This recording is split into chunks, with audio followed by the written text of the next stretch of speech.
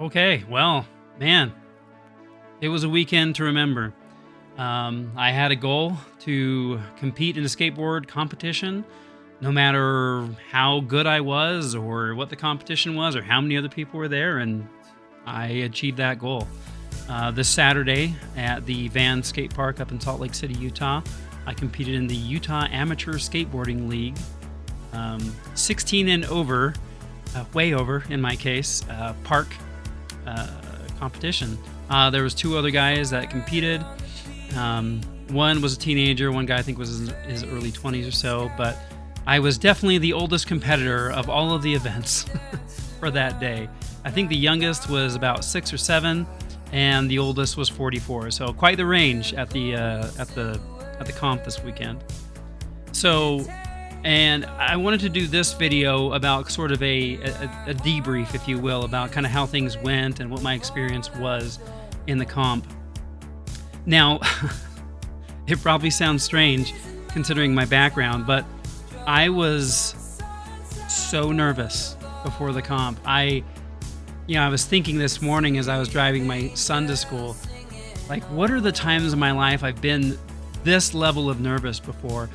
And going back, the very first time I jumped out of an airplane, going through parachute school in the Army, that first jump, that was pretty nerve-wracking. I don't know if I'd say I was scared, but I was definitely extremely nervous. My very first time going out on a patrol, my first deployment, that had me pretty nervous.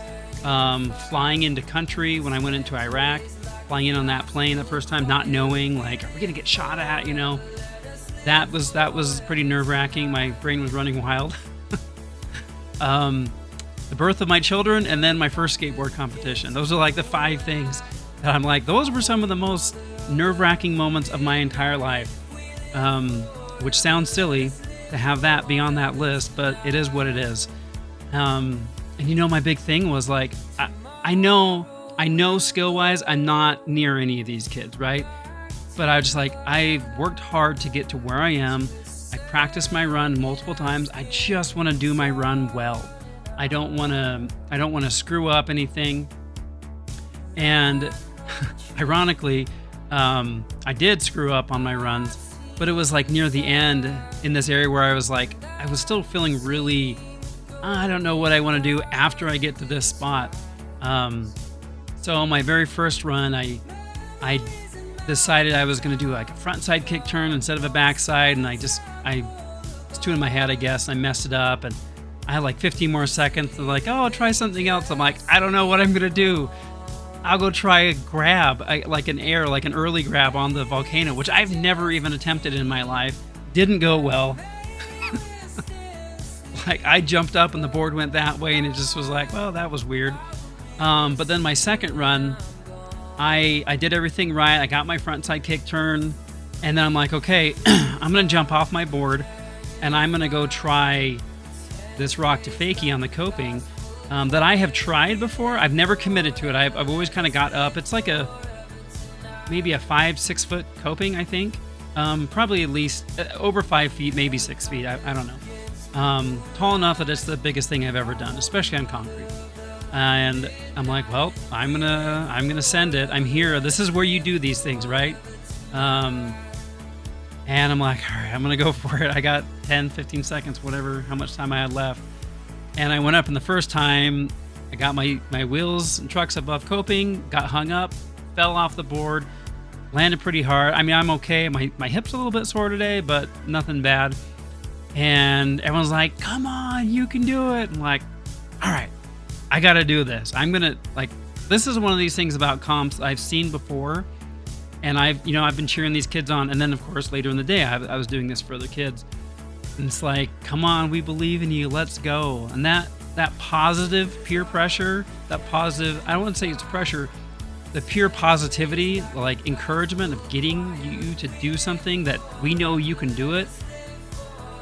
Anyways, I get up and I try it again, and I land it, and I ride out. I barely rode out. It was wasn't clean at all, but I did it, and it was just like, honestly, it was one of the highlights of my life. As silly as that sounds, doing simple, basic level trick.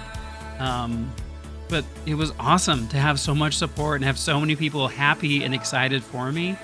Um, that's what skateboarding is about. And honestly, that's the whole reason I told my daughter that I was going to do the comps in the first place, is to show her, like, listen, it doesn't matter how good you are.